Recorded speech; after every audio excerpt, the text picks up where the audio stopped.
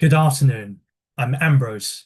Today, I will analyze a primary source about Bismarck's social legislation program, which was proposed in 1881. First, I will go over the basic information and purpose of the document, then I will discuss why the document was written, what led to the creation of this document, and analyze the key messages and diction within the document. And in the last part, I will discuss what was not written. In other words, what was not told by the primary document. So first, let us look at the basic information. The primary document were two Parliament opening speeches on 15th February and 17th November 1881, representing Kaiser Wilhelm I. The speeches were addressing Parliament MPs to gain support for the passing of a bill on workers' insurance. So why would there be an insurance bill that is proposed to the Parliament? We should know that the speech represents the interests of the Kaiser and the imperial cabinet, who were unsettled by radical socialist movements recently. And they believe that the solution would be a state-subsidized insurance to curb socialist excesses and create a pro-government working class. It is also important to note that the 1880s was a period of increased reliance on state subsidies and state-led economic recovery. So this meant that it was a great opportunity for Bismarck and the conservatives to expand their power. So before the 1881 debate in the Parliament, the Great Depression ensued. Speculative investment and the shift to gold standard led to stock exchange crash. And so this caused management difficulties for entrepreneurs, creating a tough economic environment.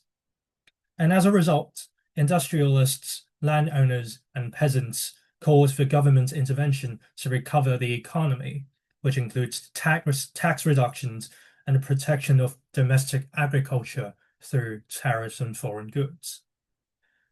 The Great Depression was also a period of social democratic movements, such as the Gotha Program of 1875, and so it was a time when Bismarck and the Kaiser decided to wield their political power against the socialists through a right-wing coalition known as the Iron and Rye, and in doing so, they employ a series of state interventionist policies.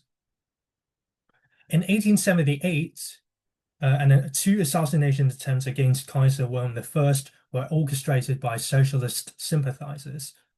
And in response, Bismarck drafted and passed the anti-socialist law in 1879, which banned the SPD's right to associations, public meetings, publications, and funding to suppress radical socialism, as well as paving way for modern welfare, or what we call state socialism. So in the year when the two speeches were written, if we look at the election results, Conservative Party took first place with 25% of the vote, and the Left Liberals in second place with 24% of the vote. This means that the political situation for Bismarck and the Parliament were actually pretty advantageous, because the Left Liberals would support the legislation of the insurance bill, because they were supporters of moderate welfare for workers, and the coalition between the National Liberal Party and the Conservative Party of Iron and Rye, which also meant that they would support the government's welfare scheme, presumably. However, the two speeches show that the imperial cabinet had to wrestle with the Parliament over the insurance bill. So now we look into what was written. In the first parliamentary debate, the speech opening the Reichstag wrote the following: "Such remedy shall be sought not only in the repression of socialist excesses, and that it will be welcomed by the Reichstag as a complement of the legislation on protection against social democratic activity." So here, social democratic activities were openly described as excesses, reflecting that the assassination attempts in 1878 crossed the line, not only for the imperial parliament, but also imperial cabinet, but also the parliament in general. so socialism at that time was unwelcomed. This explains why the imperial cabinet was forthright about the political objective of the insurance bill as reflected in this speech, because and so they expected a kind of a parliamentary support. Next, the speech says the now existing provisions, which should have protected the worker from becoming helpless, have proved inadequate. Here, the imperial cabinet provides a reasoning behind the proposition of this bill. They suggest that there were already insurance schemes in place, but they were not mandatory, and that the inefficiency of existing insurance schemes directly contributed to the increase in workers' support for the SPD.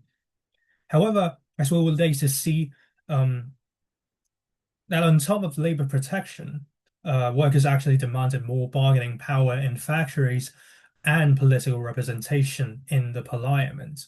So the insurance bill was actually not solving the problem. Next, we look at the second speech. Here it wrote, "In our endeavors to this end, we count on the support of the Reichstag without party distinction. The bill on insurance of workers against industrial accidents will be redrafted in the light of the debate in the Reichstag in the last session. This shows that the first bill faced considerable opposition from the National Liberal Party, which is unsurprising because the insurance scheme would enforce additional management costs for the employers. However, the coalition forced the National Liberals to support the welfare policies, and because otherwise they may lose the coalition and therefore the continuing of economic protectionist policies. Next, we look at the diction of the speeches. Here, the first speech used language such as shall be, will be, or hopes, and the imperial cabinet expressed anticipation that state power could be exercised in social welfare. It was yet decided that the insurance bill was the only way to remedy social ills and draw workers' support away from the SPD.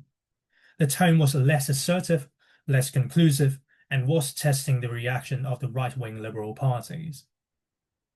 However, as we move on to the second speech, when the first draft was rejected, the tone becomes more assertive. We count on the support of the Reichstag without party distinction, and we expressed our conviction that the healing of social disorders must be sought through the promotion of the welfare of the workers. So the speech was obviously more assertive than the February speech. It was resolute that the insurance bill was necessary to remedying social ills. The Kaiser and Bismarck were pushing for parliamentary support, making a stronger demand for the conclusion of parliamentary debates, and this also reflects the superiority of the executive power in the German imperial government, because the imperial cabinet would step up their demands and employ the dissolution of parliament as a last resort. Finally, we look at what the speeches did not tell us. Now, the few years after the speech was created, the Health Insurance Act and the Accident Insurance Act were passed in 1883 and 84, as well as the Imperial Insurance Office. Both laws made it mandatory for employers to contribute to workers' insurance, which was the result of a right-wing compromise. However, SPD's share of vote increased in the following years. In 1884 election, they reaped 10% of the votes, and in 1890, they reaped 20% of the votes.